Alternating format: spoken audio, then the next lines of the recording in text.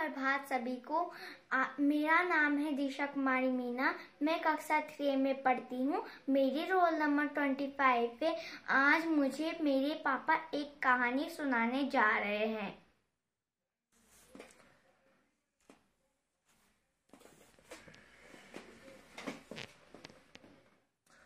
आज की कहानी का नाम है ब्राह्मण और एक सांप। एक समय की बात है, एक गांव में एक हरिदत्त नाम का गरीब ब्राह्मण रहता था। उसके पास खेती करने के लिए खेत भी था, पर उसके खेत में पैदावार नहीं होती थी। मतलब जो भी वह उसमें फसल लगाता था वह फसल नहीं होती थी। ब्राह्मण बहुत परेशान रहता था। एक दिन हरिदत्त नाम का जो ब्राह्मण था वह अपने खेत पर एक पेड़ के नीचे सोया हुआ था, क्योंकि हमें पता है खेतों के किनारे बहुत सारे पेड़ होते हैं। तो पेड़ के नीचे वह ब्राह्मण सोया हुआ था।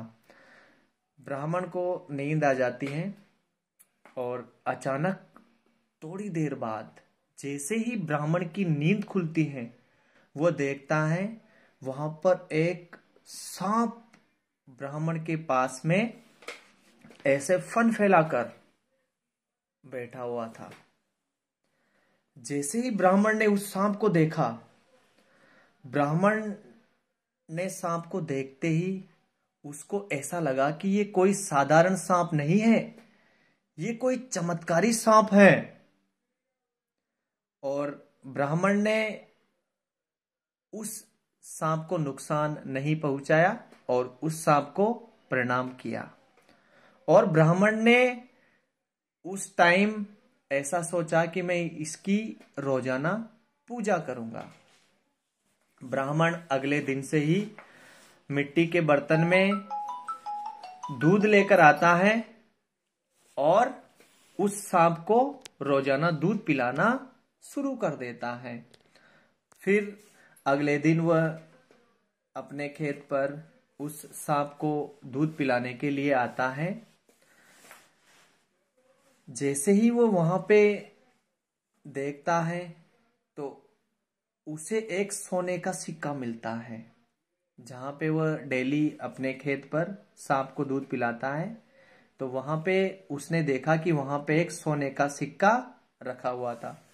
तो दूसरे दिन भी उसने सांप को दूध पिलाया और वह रोजाना इसी तरह सांप को दूध पिलाता रहा और उसे वहां पर एक सोने का सिक्का मिलता रहा। ब्राह्मण बहुत खुश हो गया। उसकी जो गरीबी थी वह दूर हो गई, वह अमीर आदमी बन गया। धीरे धीरे ब्राह्मण ने अपना मकान बनाया और उसका समय बहुत अच्छा आ गया। उसके खेतों में पैदावार भी अच्छे होने लगी, उसके खेतों में अच्छी फसल लगने लगी। तो ब्राह्मण बहुत प्रसन्न हो गया और वह जो सांप था वह भी बहुत प्रसन्न हो गया और वह ब्राह्मण को रोजाना एक सोने का सिक्का देता था। ब्राह्मण एक दिन अपने व्यापार के सिलसिले में शहर में चला जाता है और अपने पुत्र को वह आज्ञा देकर जाता है कि आपको खेत पे जाके उस जगह पे जहां पे सांप रहता था वहां पे मिट्टी के बर्तन में आपको दूध रखना है।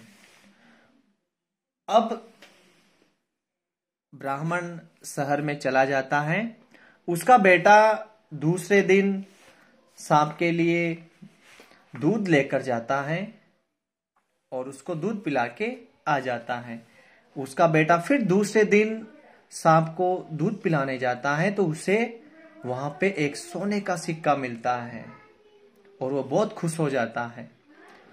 फिर अगले दिन वह दूध लेके जाता है और सांप को दूध पिलाता है तो उसे फिर वहां पर सोने का सिक्का मिलता है।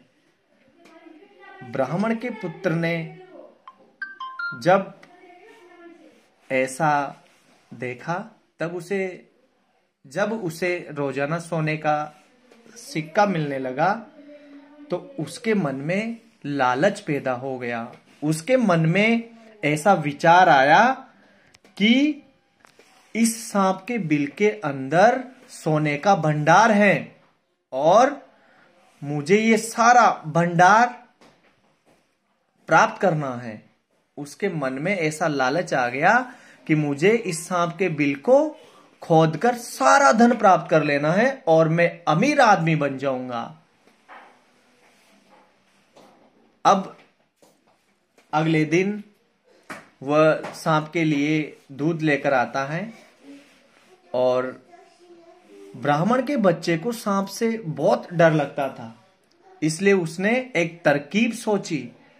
उसने ऐसी तरकीब सोची कि जैसे ही सांप दूध पीने के लिए अपने बिल से बाहर निकलेगा, मैं उसको डंडे से मार दूंगा और सारा सोना प्राप्त कर लूंगा।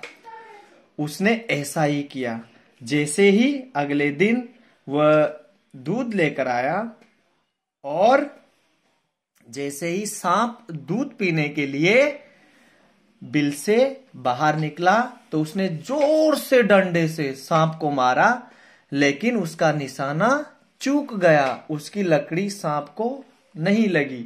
उसकी लकड़ी से, उसके डंडे से सांप नहीं मरता है।